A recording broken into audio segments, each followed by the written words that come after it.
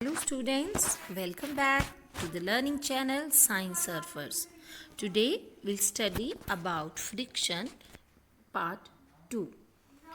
Friction is said to be a necessary evil because friction plays a very important role in our daily life as well as it is harmful in one or other way. Friction को हम एक necessary evil का नाम देते हैं because necessary word का मतलब है कि कहीं ना कहीं ये हमारे लिए ज़रूरी भी है. तो नेसेसरी कहाँ है वो हम पढ़ेंगे. And why it is said to be an evil. Evil का मतलब something bad because it is harmful in some or other way. तो पहले हम बात करते हैं why it is a necessity. While walking on the road, जब हम रोड पर चल रहे हैं तो हम क्या कर रहे हैं. We push the ground backward with our feet. अपने पैरों से हम ग्राउंड को पीछे की तरफ जाते हैं. We push the ground backward, right, and the ground pushes our body towards forward direction with an equal force. हम जब अपने फीट से ग्राउंड को बैकवर्ड डायरेक्शन में पुश करते हैं, that act as an action, and the friction between our feet and the ground pushes our feet in the forward direction as reaction. So friction is helping us to walk, right? But it is our common observation that sometimes we slip on a banana peel or the muddy road. Now why it happens? Because the banana peel or the mud decreases the friction that is needed us to walk. क्या किया, जो बनाना पील है और mud है वो हमारे feet और ground के बीच में एक लेयर का काम करती है. और जो हमने अभी ऊपर केस में डिस्कस किया कि जो फ्रिक्शन हमें चलने में हेल्प कर रहा था, that friction is reduced. So that is why we slip on that floor, right? So friction is very helpful in making us move on the road. Without friction we cannot move, right? And we tend to slip. Now how friction helps in rolling. The frictional force present between the tires and the road makes the vehicle move safely without skidding. क्योंकि जो vehicle है उसमें जो tyres हैं, right, tyres का roughness जो है, rough surface है, that provides a better grip on the road. और वो उसको स्किड होने में हेल्प नहीं करता, उसको स्मूथली मूव करने देता है. So that is why this friction between the tyre and the road makes them move easily और रोल ऑन द ग्राउंड. अगर ये फ्रिक्शन रोड और टायर के बीच में नहीं होगा तो क्या होगा, wheels will go on spinning at the same place and they will not move forward at all. वो व्हील्स उसी प्लेस पर रोल करते रहेंगे और वो आगे मूव नहीं कर पाएंगे. So this is why friction is needed to make the things roll on any surface. Then performing day-to-day activities. How friction help us to write on the board, to write on the notebook with pen or a pencil, for holding things like glass tumbler. We can hold by having fingers. Sometimes we feel that our hands become oily, then glass may slip from our hands. Because we need some friction here to hold that glass properly. And the matchsticks that lights with the help of friction only. We rub it on the matchbox. हम रब करते हैं माचिस की तीली को, then it burns. So it helps us to make the stick fire, right? Similarly, it makes the hammer and the nail. इनकी help से हम उसको nail को we can push the nail into that block with the help of friction only. So these are three ways by which we say that friction is useful. How? Number one, it helps us to walk on the road. Number 2, it help us for rolling things. Number 3, it help us to perform simple day-to-day tasks or day-to-day activities. So in these 3 ways we can say that friction is a necessity. Now, how do we say that friction is an evil? Friction एक nuisance क्यों है? Because it waste a large amount of energy. Because हमने क्या पढ़ा है कि जो friction है that helps to stop motion, और हम चाहते हैं कि हम मोशन को कंटिन्यू रखें. तो a large amount of energy जो पार्ट है जो एक्चुअली में काम करने में यूज होनी थी that goes waste in the overcoming that frictional force. So that is why we call it as an evil, because it wastes a large amount of energy that may be used to move something over the surface. Second, friction causes wear and tear of moving parts. आपने common देखा होगा कि after some time the sole of our shoes wear out, right, and the tyres, brand new tyres हम लाते हैं और बाद में दे जस्ट बिकम प्लेन, क्योंकि उनका जो सरफेस है दैट बिकम स्मूथ, वो वॉर्न आउट हो गया है. So how it happens? Because of the friction between the feet and the ground or between the tire and the ground make them worn out. So the worn out shoes, soles or these tires are examples where the friction is an evil, right? Now we have observed that whenever some machines are running, or it's a common example, हम सर्दियों में करते हैं ना, winters में अपने hands को रब करते हैं just to make them warm, because whenever there is friction it produces heat.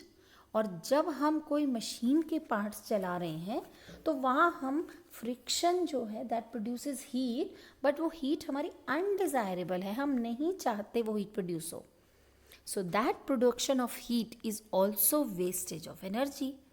So that is another disadvantage of friction. तो friction cause wastage of energy. Secondly, it causes wear and tear of the moving parts, and it produces unwanted heat. So because of these 3 reasons, friction is said to be a nuisance, or we call it as an evil. एक बुराई की तरह है जहाँ पर लेकिन फिर भी हमने उसको नेसेसिटी है, तो ये चीज़ों को हम कहीं ना कहीं ओवरकम कर सकते हैं. So in now we have seen that somewhere it is useful और somewhere it is harmful. तो जहाँ फ्रिक्शन हमारा यूज़फुल है वहाँ हम चाहेंगे कि फ्रिक्शन इंक्रीज हो. तो what are different methods which help to increase friction? Number 1, see this tyres have got this treads. इनको ये जो डिज़ाइनिंग पैटर्न बनता है टायर में, इनको हम ट्रीड्स कहते हैं. And these treads make the surface rough, right. And the sport shoes have spikes. उनको रफ बनाया जाता है नीचे से by providing the spikes, because they help to hold the surface very tightly. एक ग्रिप बेटर बनाने में हेल्प करती हैं दी स्पाइक्स. एंड जिम्नास्ट्स और द कबड्डी प्लेयर ऑफन रब their hands with sand just to increase friction. So where we want that friction should increase, हमने पीछे पढ़ा था कि फ्रिक्शन का मेन कॉज होता है roughness of the surface, irregularities की इंटरलॉकिंग. तो जितना ज़्यादा हमारा सरफेस रफ होगा उतना ज़्यादा उसमें फ्रिक्शन होगा. So where we want to increase friction we will make the surface rough.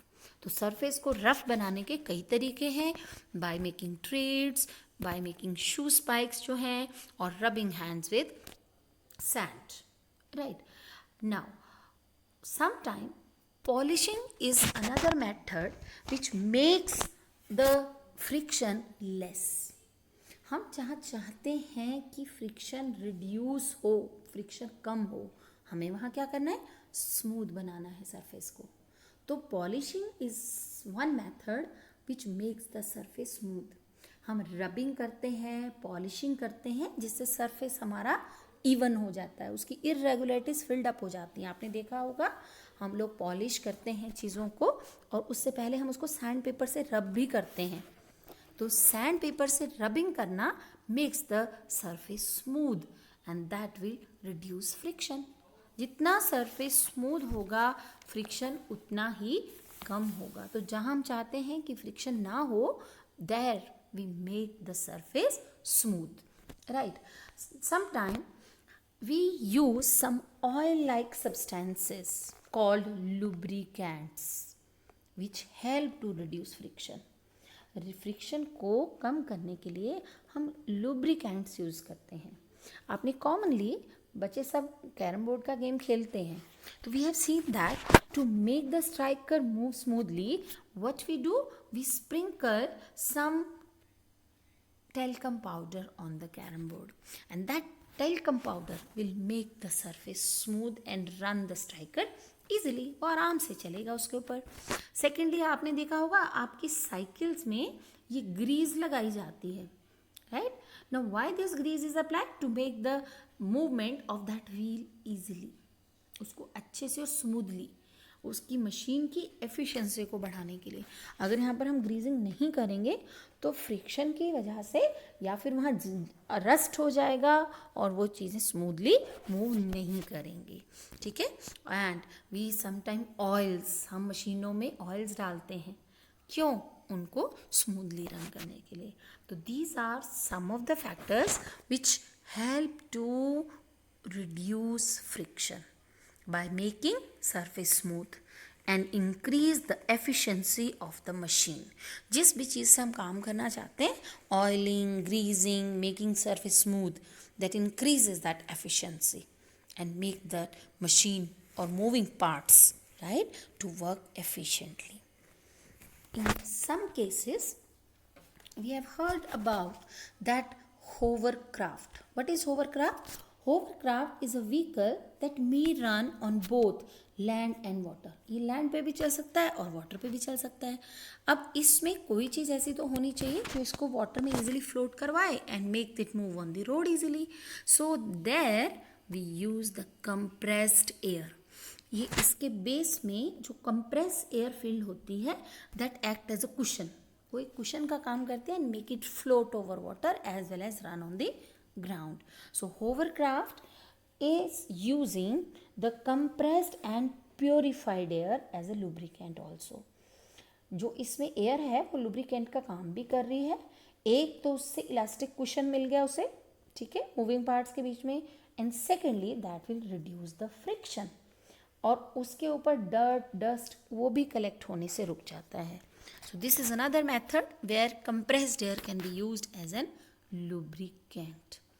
Next is by using ball bearing. You have often seen that the shaft of the vehicles or the bicycle, and you have seen these spokes. यहाँ पर there is ball bearing used. Why this ball bearing? Ball bearing help to things roll, right? वो things को roll करने में help करती हैं, और as we know that rolling friction is very less than sliding friction. तो चीज़ों को चलने की बजाय रोल करने में फ्रिक्शन बहुत कम लगेगा। तो बॉल बेयरिंग यही काम कर रही हैं, they are converting sliding friction into rolling friction and make the things move easily. So these are some of the methods by which we can reduce friction. We may polish the surface, we may use lubricants. The lubricants may be solid, liquid or gas, right?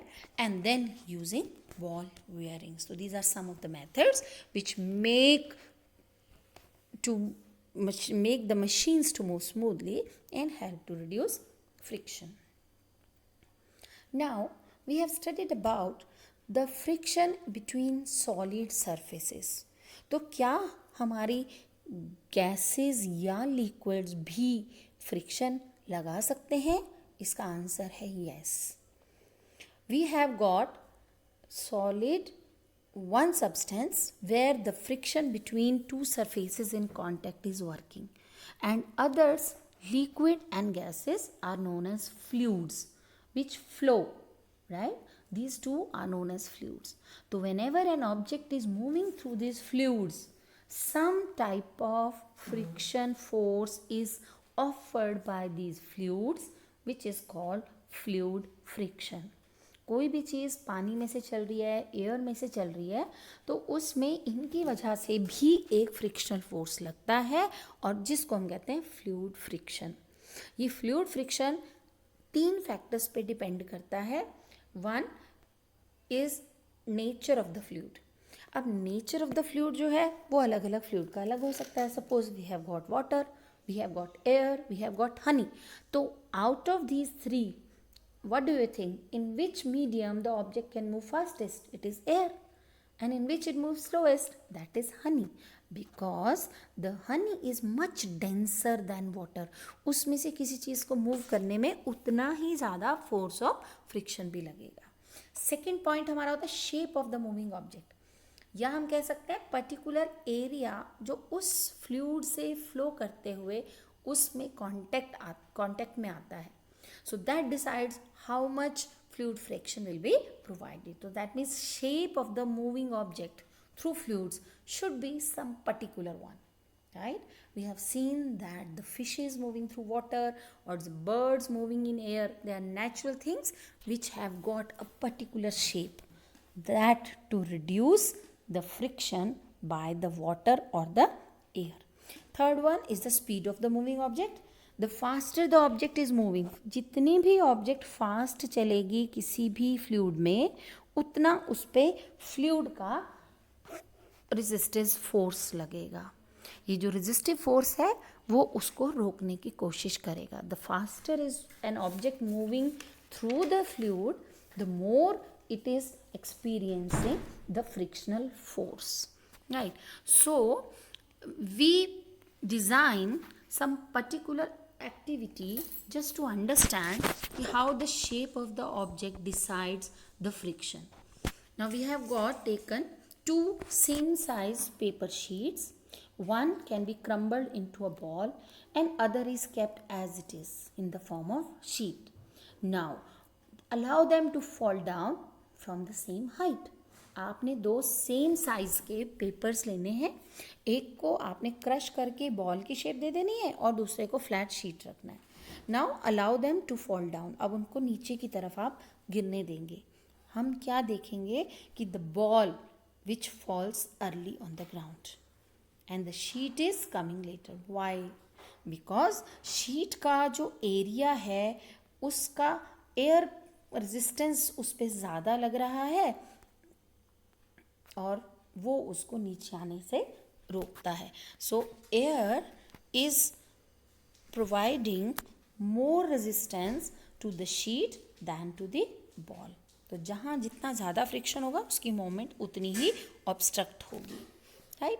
So to overcome this resistive force in the fluids we provide a particular shape to the objects. तो हम भी क्या करते हैं, जो objects हमें इनमें move करनी होती हैं उनको हम पर्टिकुलर शेप देते हैं और उस शेप का नाम है स्ट्रीमलाइन शेप. ये स्ट्रीमलाइन शेप क्या होती है?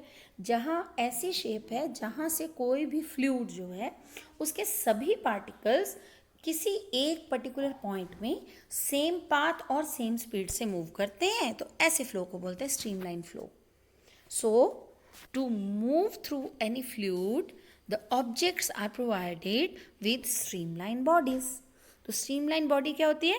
जैसे आप birds, fishes की bodies देखते हो which are pointed at the back and the front but broad in the middle. तो middle से broad है, आगे और पीछे से pointed है. ऐसी shapes को हम कहते हैं streamlined. और आपने देखा birds की, fishes की, ship, especially racing car, they all bear same type of shape. Just to reduce friction of the fluid and move with faster speed. तो स्ट्रीमलाइन बॉडीज जो हैं वो किसी भी फ्लूइड में से फास्टर मूव कर सकती हैं because of this particular shape. So this is how friction can be controlled in some or other way, or it can be used in a positive way. Thank you. If you like my channel, please share and subscribe.